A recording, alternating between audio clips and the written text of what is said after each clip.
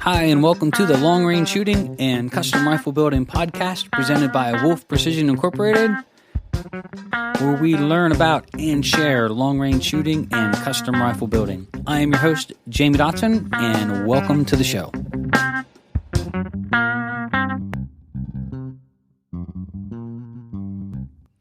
All right, so welcome to episode 90 of Wolf Precision's Long Range Shooting and Custom Rifle Building podcast. I am your host, Jamie Dotson, and welcome to the show.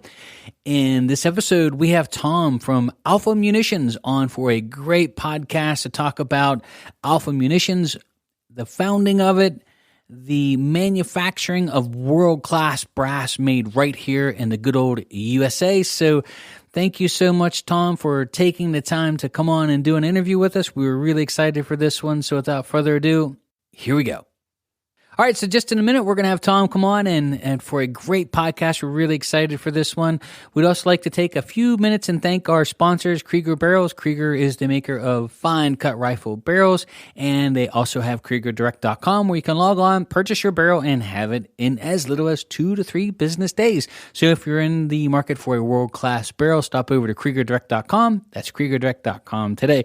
Also, we'd like to thank Trigger Tech, maker of fantastic triggers, and what we feel is one of the best field triggers / hunting triggers that you can buy. You can get them for our custom rifles here, and they also make triggers for other makes and models. So if you have a custom rifle or have a great factory rifle that needs a good trigger upgrade, stop over to triggertech.com. That's triggertech.com. All right, so we're getting ready to kick off our interview with Tom. I do want to say that we had some questions on some upcoming classes. We did send out a newsletter and some feelers. We got some really cool stuff coming up in 2022 for some really exciting field classes. So we're going to talk a little bit more on them after the interview. But without further ado, I'd like to get Tom on the line and have a great interview with Alpha Munitions. All right, so with us today is Tom Danielson. He's one of the founding partners of Alpha Munitions, and we're really excited to have him on the podcast today, American-made brass company. So thank you so much for taking the time right before Christmas to come on the podcast. Yeah, thanks for having me. I appreciate it. So one of the things about what you guys do is really sort of maybe changing the industry a little bit on brass and quality of brass. And we're excited. We've been playing with some different calibers here at the school. And of course, we have to reload. And I think that's everybody now as far as getting good quality ammunition and making it affordable.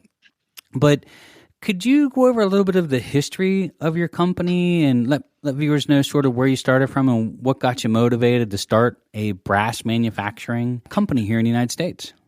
Yeah, absolutely. So I have 2 other partners in the company, and when we originally started it, I came out of medical device. My brother's one of our partners. He came out of chemistry, and our other partner came out of pharmaceuticals, and we're all shooters. And so we, obviously similar situation a lot of people have. We weren't satisfied in our current careers and wanted to start something that we truly love doing. And we wanted to do something in the firearms industry. And analyzing the market, what we found is that there was a big gap in the market for ultra premium rifle brass manufactured in the United States. So that's what we set out to do. We set out to rival the best European manufacturers with a US made product. How long have you guys been after it now? And what have you learned along the way that was sort of fascinating that was like either shortcomings or things where you thought, hey, we can do this better? Yeah, so in analyzing all the competitive products there's one company that really stands out, and just from a metallurgical standpoint, from everything you look at, grain structure, it's so different, and it's such a premium product that we benchmarked the company off of that. In hindsight, looking at it, the one reason I think that a lot of brass manufacturers don't start up is obviously there's a cost to it, but there's a lot of tribal knowledge that doesn't get shared. So as far as medical device, all the data and information's out there in studies. You can look at it, the strength, the material properties of everything. What we discovered in brass manufacturing is there's no one out there that's willing to help, just because either they're working for a competitive company and it's trade secrets, and that made it really difficult, and led to a lot of ups and downs in the short period of time that we've been been a company. We founded in, I believe, late 2014, early 2015, came to market in 17-ish. So relatively short period of time. And in discussing with things people would discuss with us, they said it's a 10 to 15 year learning curve. So from there, we knew we had to accelerate that learning curve. And I think being a small, young, nimble company, we had the ability to go out and look for new ways of manufacturing and try new and different things that some of the larger companies that are kind of been set in manufacturing a product for several years, it's difficult for them to do that because you can't just all of a sudden come out and say, oh, our 6.5 Creedmoor, we're completely changing it now. That's right. So we had that opportunity because we were such a new company to I guess take some chances. When we had worked with several of the firearms industries as far as like the gun manufacturing, and what you're saying is really, really true. So one had just spent millions of dollars retooling their processes, and even though there was a better process available that was being discussed, the cost to them to stop what they've already, I guess it's a sunk cost bias thing. They're so heavily invested in what they're already doing is they are either stuck where they're at or they can't afford to make the change without either losing money or scrapping all the money that they put into the current process. Yeah, that's in business. The ground is always moving under your feet. If you get stamped in place in processes, you could be in big trouble in a hurry. Yeah, and especially in big manufacturing, like you said. I mean, we unfortunately had only been in business for 2.5 years, but all the tooling and what we call this new technology we developed is OCD, optimized case design. We had to scrap all the original tooling. So it's a monster lift, but for a smaller company, it's a lot easier. Yeah, it is. And I think where some people really underestimate the value of brass, I mean, brass quality 20, 30 years ago, besides, this one manufacturer you're discussing, I mean, they were all over the place from lot to lot. And you used to have to do a lot of advanced, because we're teaching reloading classes, a lot of advanced stuff to the brass just to get the rifle to shoot to its full potential. So, reaming out and squaring and truing to primer pocket, opening up the flash hole, deburring the flash hole, neck turning, and so you didn't have thick spots on one side of the case mouth or the other. And it used to take hours to prepare, like we used to do in batches of 300 or 400 for competition shooting and have several batches. And I mean, you would invest a lot of your winter time just trying to make good brass to shoot. I mean, it really is a big deal. Thank God we don't have to do that. We've got options to not have to do that now, but it's important to accuracy. Yeah, it's extremely important. I think that's the one cool thing about what we're seeing in the firearms industry right now is we're finally seeing some advancement in. I mean, if you look what Hornady's done for the industry with all these new calibers they're developing, and you look at new technologies in barrel manufacturing and carbon fiber and all these innovations that I don't think we had seen in decades previous. It's a lot easier to build a half-minute gun today than it was 15, 20 years ago. That's right. Oh my gosh, yeah. I mean, you were happy to have a half-minute gun. Bench rest shooters will tell you the nightmares that they would go through to get everything sorted out piece by piece just from the firearm and then on to reloading. Well, before I even continue on, let me say that most of the people that I find that do great things for our industry, whether they're machinists or custom rifle builders or scope man, whatever they do, they were usually shooters first.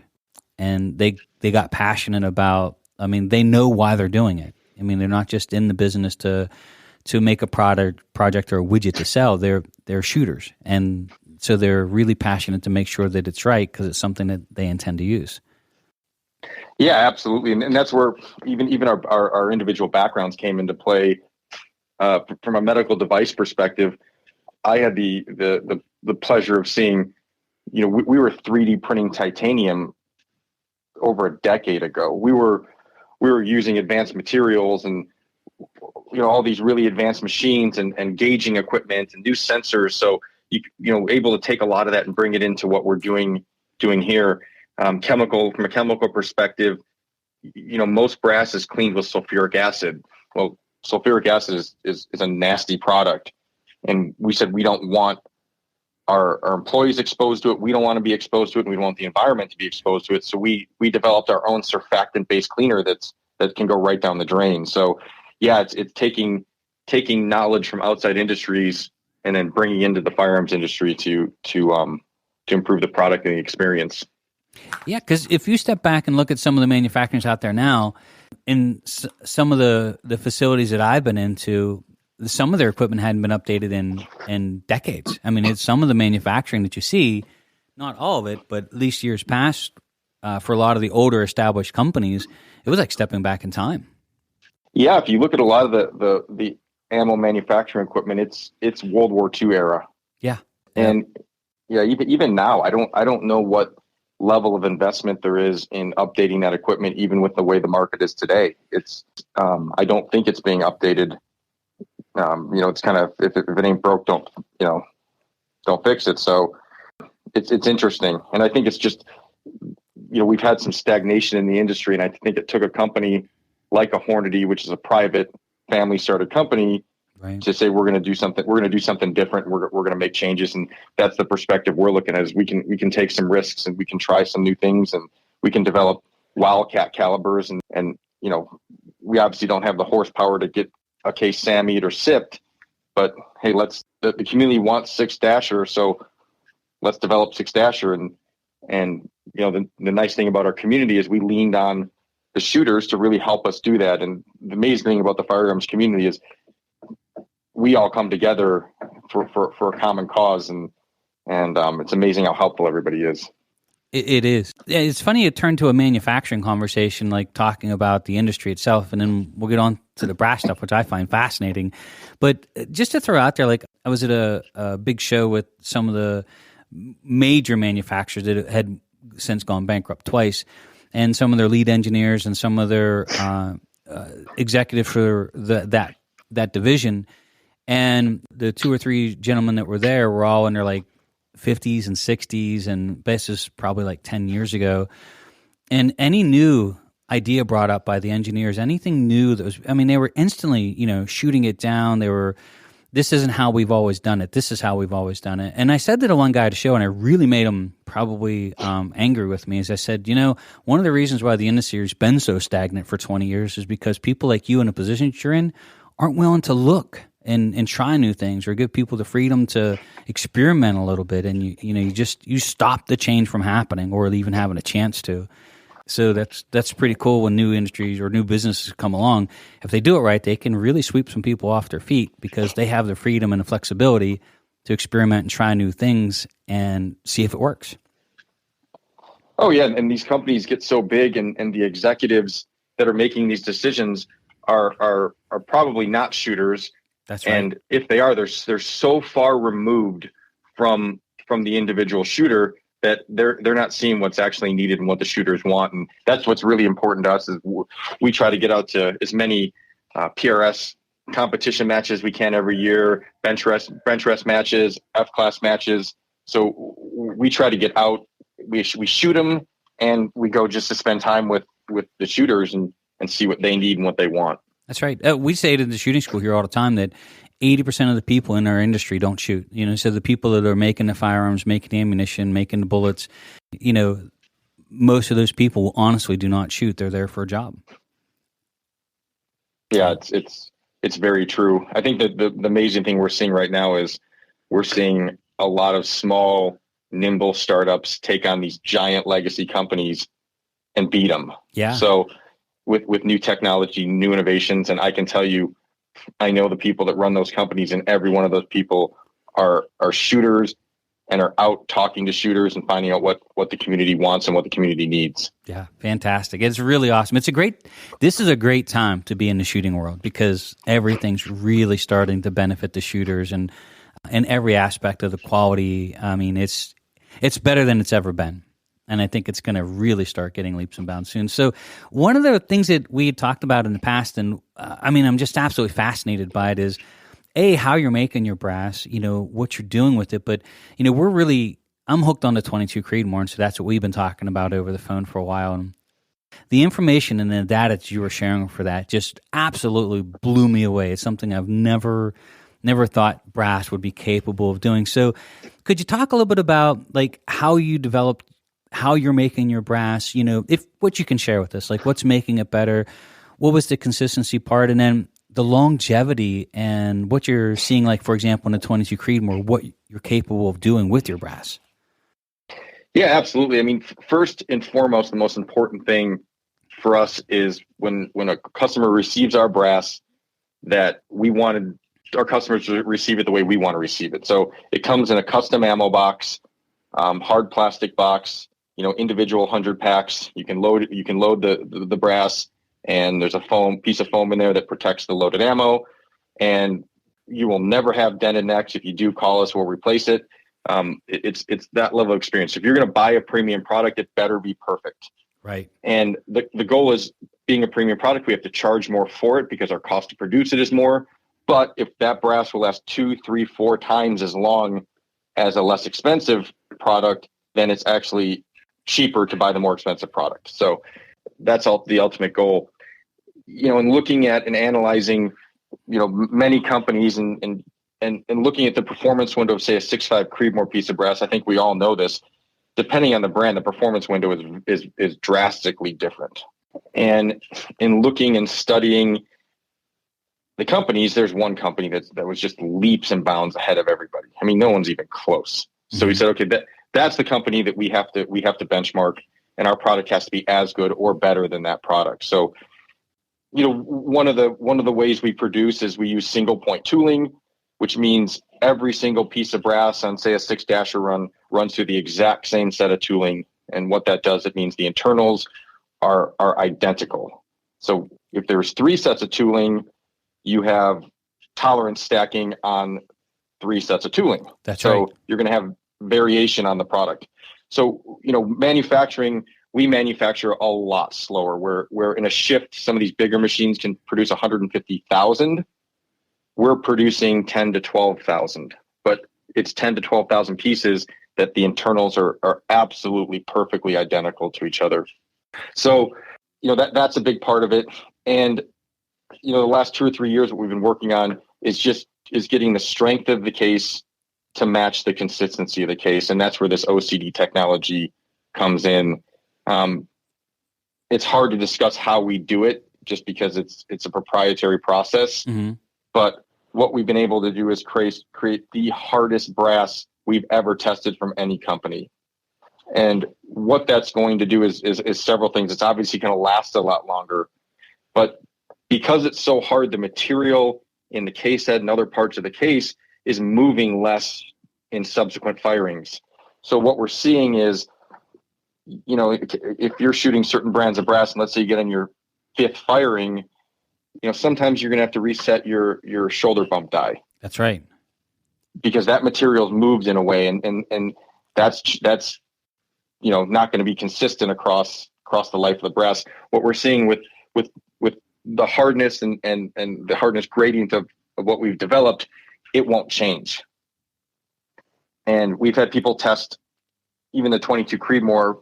I want to say tested past 40 firings and never had to adjust the bump on his die. That's amazing. 40 firings. 40 firings. I think it was a 75 grain running in the 34, 50 range. That sounds about what our loads are here.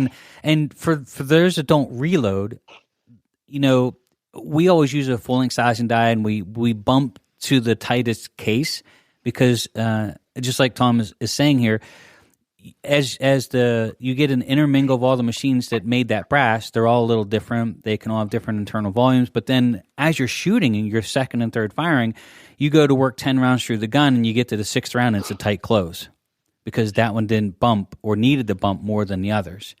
And so you're always reworking your die to work it to the one that expanded the most, and in some ways maybe overworking the other cases to sort of make up for the weakest link in your batch. I hope that makes sense or comes off the way I'm trying to make it sound. Maybe you can chime in a little bit better on that one. Yeah, no, it's exactly correct, because that one piece may have hit higher or lower pressure for some reason, and the material in the case head or in the web moved a little bit differently. So it ends up being off a little bit from the rest of the brass. And what we're trying to do is make the case so strong that movement is as little as possible before the brass becomes too brittle to actually even fire or reload. Yeah, and consistent. So for those that shoot matches know this, but for those that don't, if you have that happen in the middle of a match, you get a stiff close on a bolt, and you're in that top 10 position, you've lost. I mean, you have to feed and function flawlessly, completely through every round that you're cycling through. Because if you run that bolt and you get a stiff close, it's going to throw you off your game a little bit. You're going to force the bolt close. Your mind gets shifted to think about that for a second, and there you go. You went from first place to fourth place in one shot. Yeah, it happens. It happens that fast. It's really incredible. The other thing we rework the grain structure and the hardness of the brass is it opens the performance window up dramatically. Yeah, so you were talking about I'm sorry, I didn't mean to interrupt you there, but you were saying like the amount that you were actually able to load up to, you're able to increase your load performance, and it's not really stretching the brass, you're not damaging it, and you're still getting, like, I know other brands that we shoot here, 3 to 5 reloads, and I would actually throw it away just because it just became completely unreliable for 100%. But what about the load consistency? So, your standard deviation numbers, and then what you're able to push these cases to as far as like load development. Yeah, and that's something. So load development, obviously we have to test cases to failure. And so we don't ever want anybody doing that. Right. This technology, I can tell you, we've run 90 grain A-tips at 3,500 with zero issue. It won't even show a pressure sign there. And obviously, is amazing. Yeah, obviously the correct free bore. You want the correct free bore for the heavier bullets. That's the one thing we're having to educate people on. This brass is it's so strong that you're not where you normally load 10 charges and you say, okay, I'm starting to get a little bit of bolt lift at charge 8, so I'm going to back off from there. That might not happen with this brass. That's amazing. You might not get that bolt lift. So we tell everybody that you really have to consult your manuals and data to find where, and with all the forums out there, it's pretty easy to find where people's nodes are for specific bullets, what speed their nodes are at, and to consult that and be careful with this brass, because it will allow you to shooting a 90 at 3,800 feet per second in a 22 Creedmoor now is we can do that no issue. Now you're not going to feel the bolt lift. You're going to think, oh, I'm okay, but that doesn't change the fact that the pressure is there and it's massive. Yeah. So you don't want to do it. Right. Yeah, you're not going to have the early telltale signs that you would have with other brass, basically, as you're doing your load development.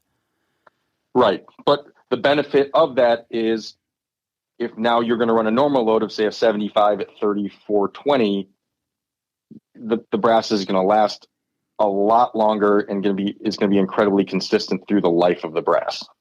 It's going to be more reliable in inclement conditions and more forgiving, in rain and dust and all the stuff we experience at matches.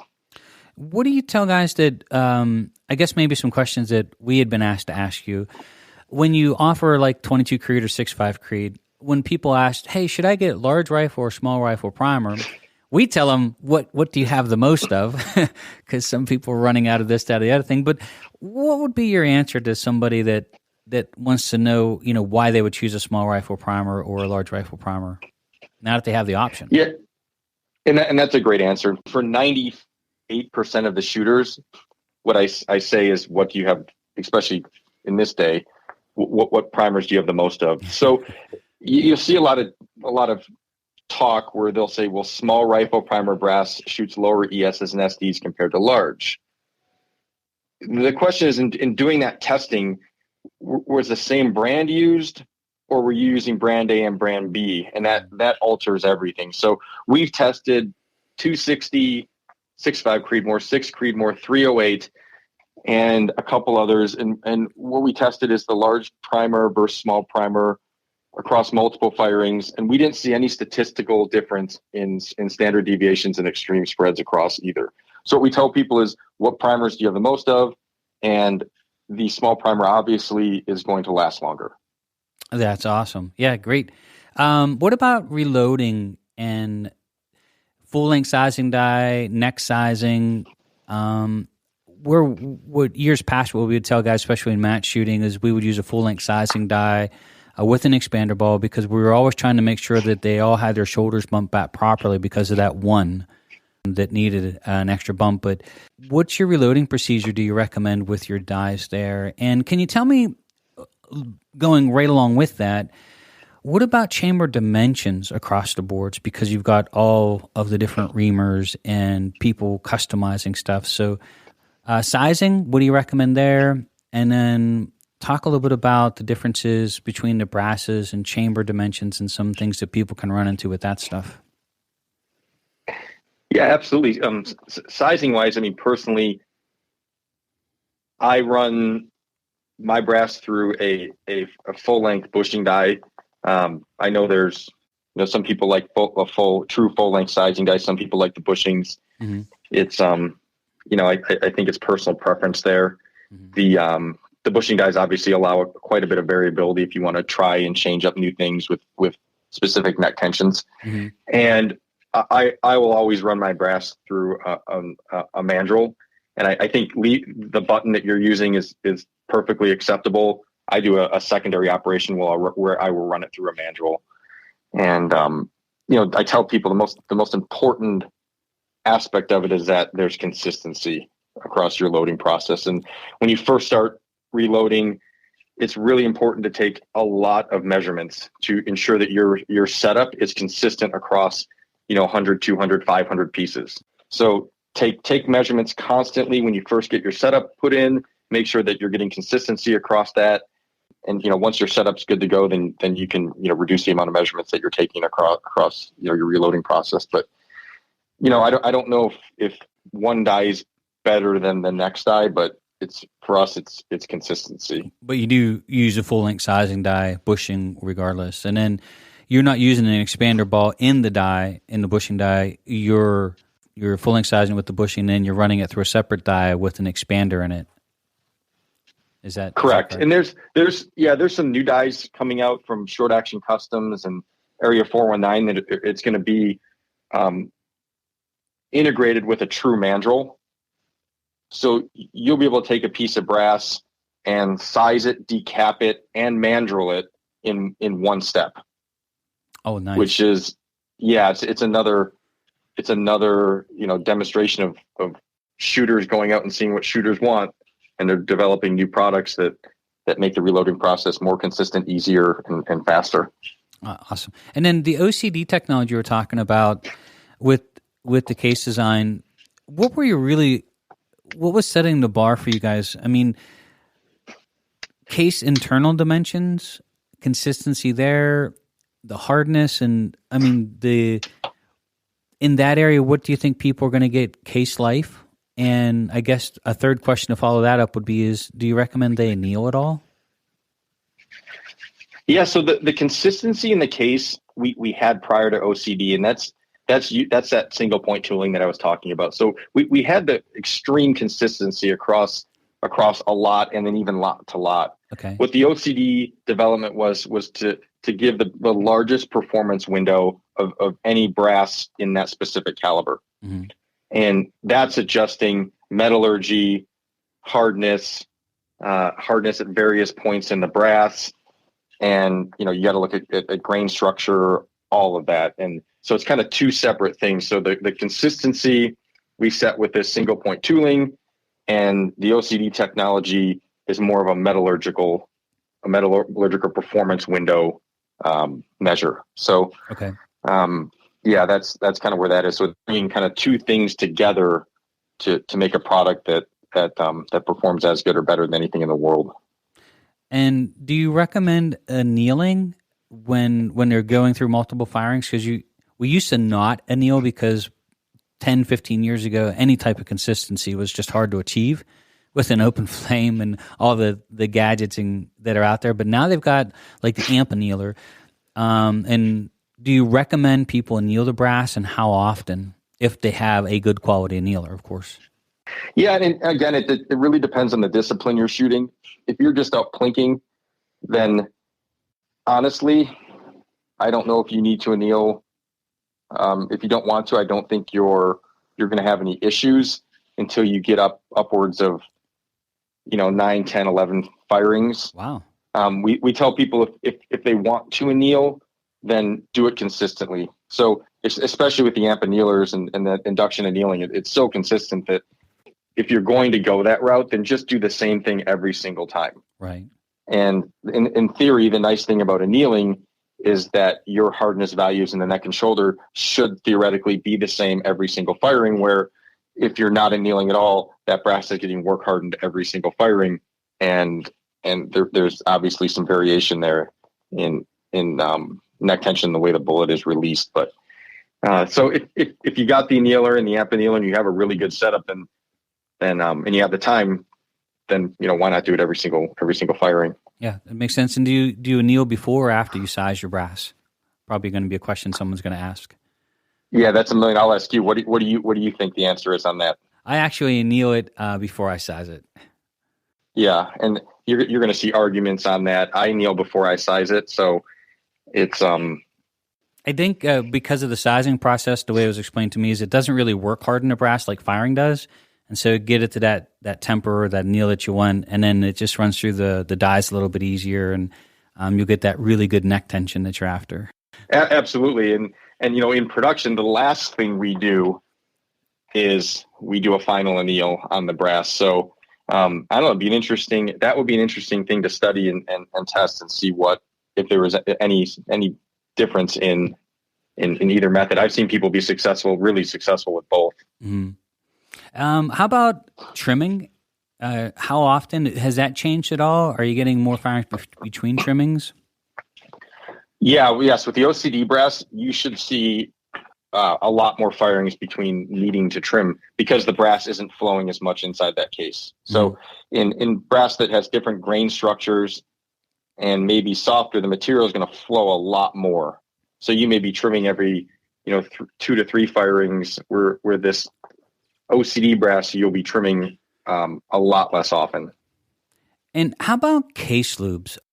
What about case lubes, and what type of case lubes do you recommend? Because there are some lubes out there that don't lube so well. There's some that lube in the neck real well. Some that doesn't lube at all and really potentially causes some issues when you're sizing it. So what do you guys recommend for case lube?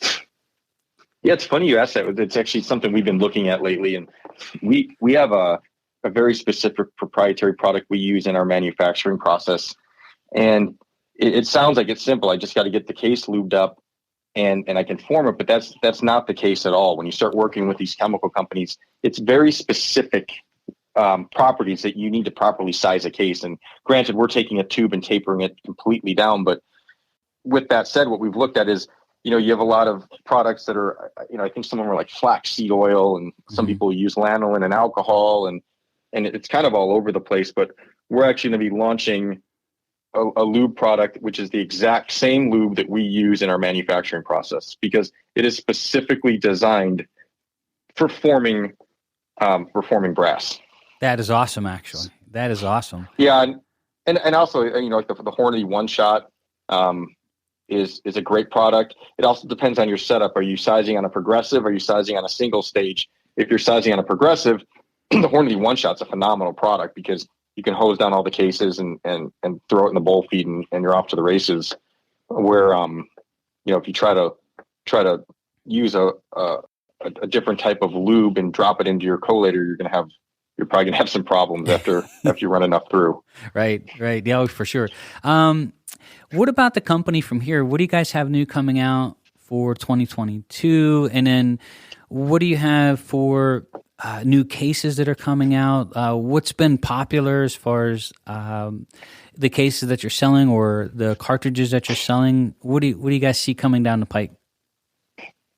Yeah, we're still very heavily focused on the competition market, and I know we get a lot of requests for calibers outside that market, and obviously there's some calibers that we make that kind of work into everything.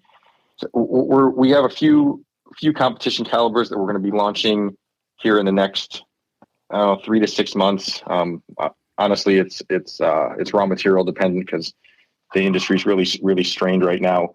Eventually we plan to have a full line of product and moving into larger calibers eventually, but we're really heavily focused on that competitive market right now.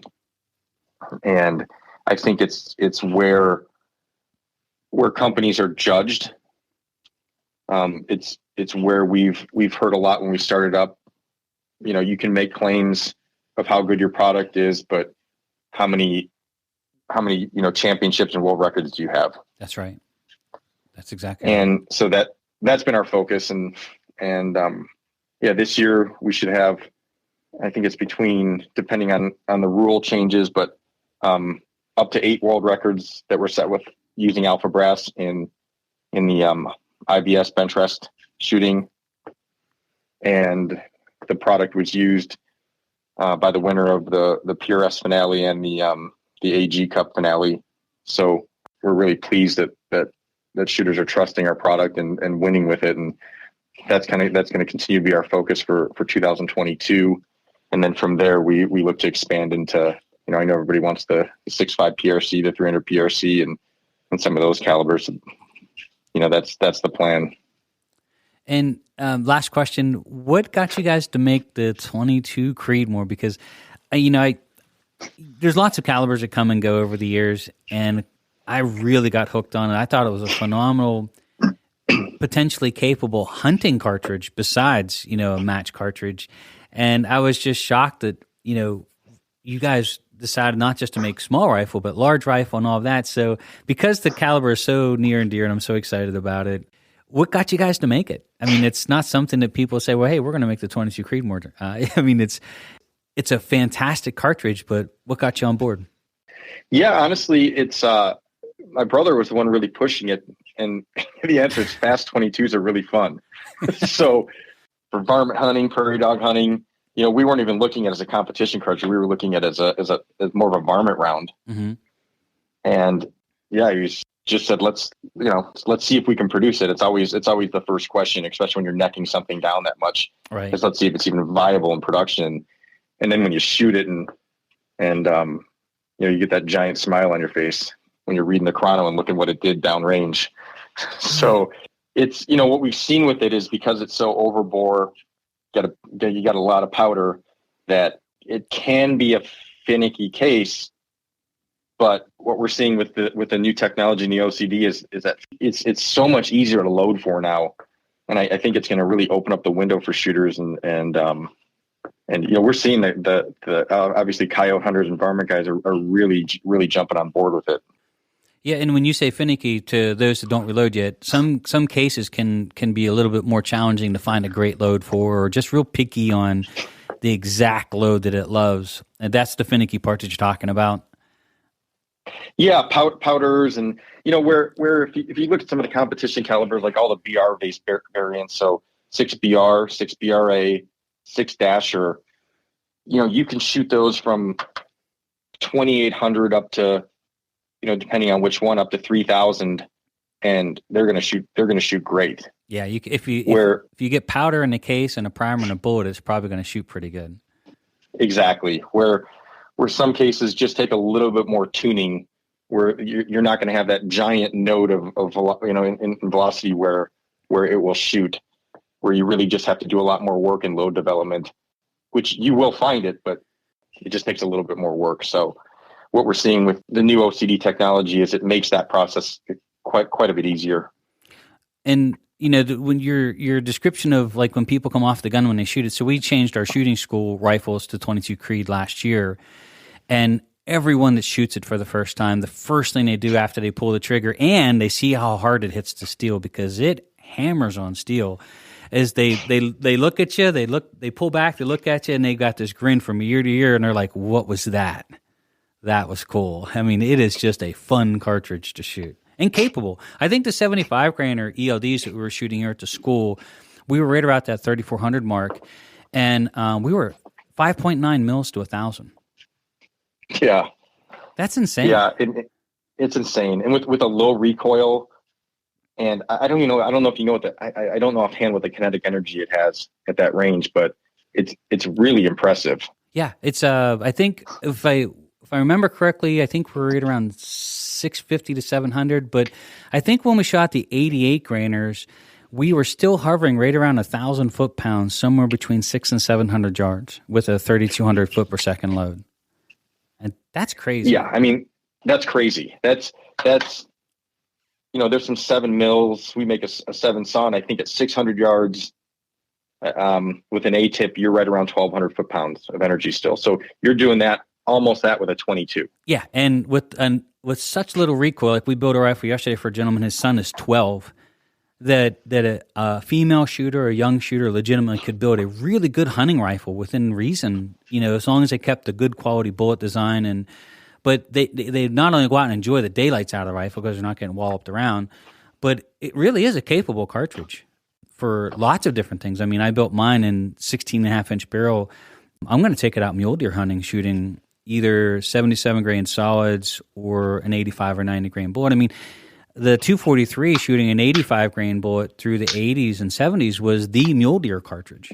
And so taking a 22 Creed, shooting the same weight bullet at hundreds of feet per second faster and way higher BCs, I mean, I really think within reason it's capable of doing a lot more than just going out and plinking. Oh, yeah. No, I'm sure you teach this at the school, but the amazing thing about these low recoiling designs are you can, if you get up to 500, 600, 700 yards, you can actually watch your trace through your optic. So if you've got to make an adjustment, you're not guessing anymore. You saw exactly the way that bullet flew. You saw exactly where it hit.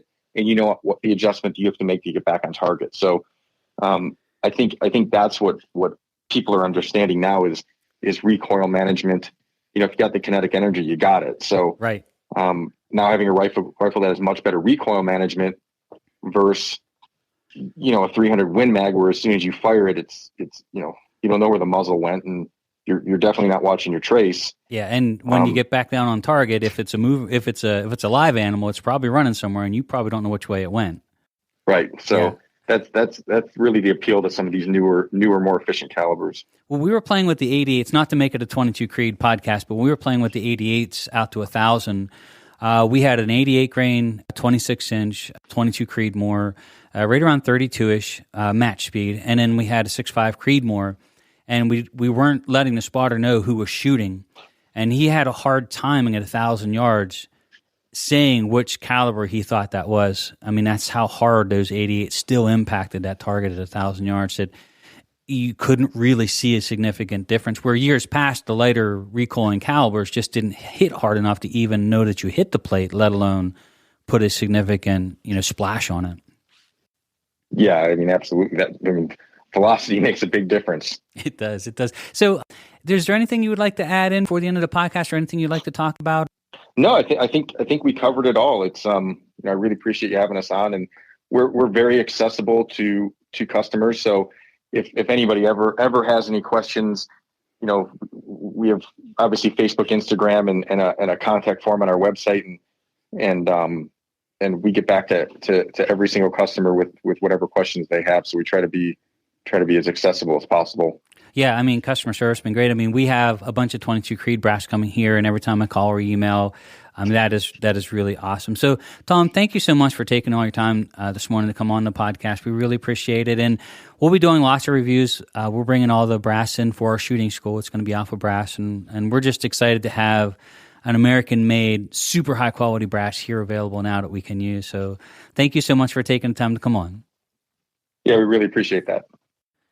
So I would like to thank Tom again for taking the time to come on. It's great insight from somebody in the industry, but also someone who's a shooter. So when you talk to people in the industry, you'll be surprised at how many people, like we said in the podcast earlier, that, are in our business and they work in our industry, but really not passionate about shooting. It's just not what drives them. So it's really cool to see new industries being born and, people taking charge and coming out and just really going after it and making a product better for us as shooters, which helps us do better on the line or on the hunt. So thank you, Tom, for taking the time to come on the podcast. We really do appreciate it. We have thousands of pieces of 22 Creedmoor brass inbound and others that we will be stocking here regularly. But the reason we brought it in is we want American made. We want the best quality that there is. And I think Alpha Munition really has it. We've been talking to them for a long time. We've been following them for a long time. And we actually placed our orders last year and had some 22 Creed delivered. And it was just fantastic stuff. So we have a whole bunch more coming for our shooting school for 2022. Can't wait to get it here and really put it through its long-term test. But again, thanks, Tom, for coming on. Before we continue on, I do want to say just a quick thanks to MDT. MDT is a proud sponsor of the show and, of course, maker of world-class chassis. So if you're in the market for a great hunting chassis, the new HNT 26, or one of the best PRS-type tactical chassis on the market today, the MDT ACC, stop over to mtttac.com. That's mdttac.com and get yours on order today. All right, as promised, I don't want to make this podcast too long, but I want to touch base on just a couple quick things. One is I'm really excited about is some of the new classes that we're getting ready to kick off for 2022. We sent out an email newsletter, so if you would like to hear about some of the upcoming stuff that we have, sort of coming down the pipe, or as well as maybe read some pretty cool articles that we get a chance to write now and then, you can sign up for our newsletter. It's on our website. It's wolfprecision.net. And on the far right upper side, you'll see, additional information. Click on that and you'll see where you can sign up for our newsletter. And then when we send stuff out, you'll be the first to know. So you're more than welcome to sign up for our newsletter. But anyway, in the newsletter, we had said that we're getting ready to open up 2 new classes. And we think that there's a really big niche for this. And I don't think just a niche, I think a need. So we're offering a Preparing for the Hunt Class 201, 301. That's what we're working on now. The 201 would really be a test for 6 shooters to come through and join us in the mountains of West Virginia and get a chance to put all of your hunting equipment to the test in real-world field shooting, multiple scenarios, real hunting scenario-based shooting, as well as positions, as well as use of your equipment, efficiency, teaching about what to carry, how to carry, some thought for the different equipment that we use and how you can sort of get the best use out of every piece of equipment that you're going to have. And that's going to be a 2-day event where we're going to have you come in the morning. We'll spend the whole day on the mountain. We'll go from position to position, trying to make it comfortable. We'll have some vehicles and stuff like that. That's going to be called Preparing for the Hunt 201. The other class that we announced in the newsletter that we got a bunch of calls on was the Preparing for the Hunt 3.0. This one is going to be a doozy. So a lot of people here in the Northeast, we all work in offices and we do hunting here, but hunting here in Pennsylvania is not the same as hunting in the Rockies or the Panhandle of Idaho or Utah, Colorado. I mean, you can just name all of these places out west that this is a different world. And your first exposure to that actually can be shocking. The huge swings in temperature, navigating how far you can see in distances and judgment of time and, how far it's going to take you to get somewhere, as well as the elevation changes. And there's a lot that goes on in this. So what we're going to do to really put you through the test, if you're interested in this, is this Preparing for the Hunt 3.0. This is going to be a 3-day event. It's going to start on a Friday. And when you shut your door and lock it, when you get out of your car, we're not coming back to that car until Sunday afternoon late. You are going to take everything you have that you would take on a hunting trip, whether it's a sheep hunt in Alaska, whether it's, a sheep hunt out west, the South America, wherever you're going to go, where legitimately you're going to do a spike camp type hunt or a fly-in drop hunt.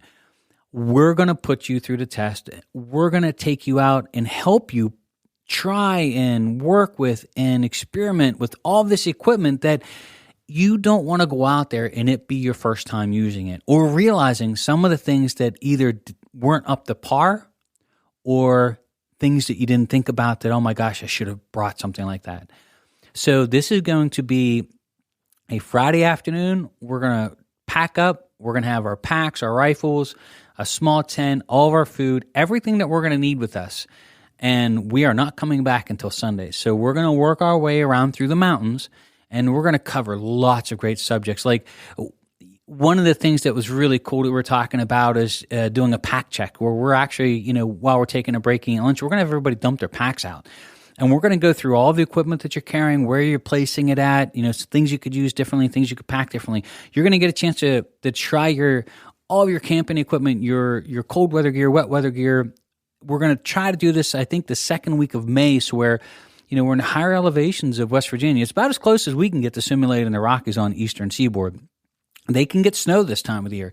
It gets cold. It rains. It can be really uncomfortable. But this is the place you want to put your stuff to the test. Mixing that with great shooting, real fieldcraft shooting, you're going to have a great time. And so we have a friend of ours who was a guide out west for years. His dad as well is going to give us a helping hand. And I am looking forward to it. So we're going to allow 4 people in the 301 class. We're probably going to do this once in 2022, maybe twice in 2023. We'll be announcing the dates up here real close to about New Year's Eve.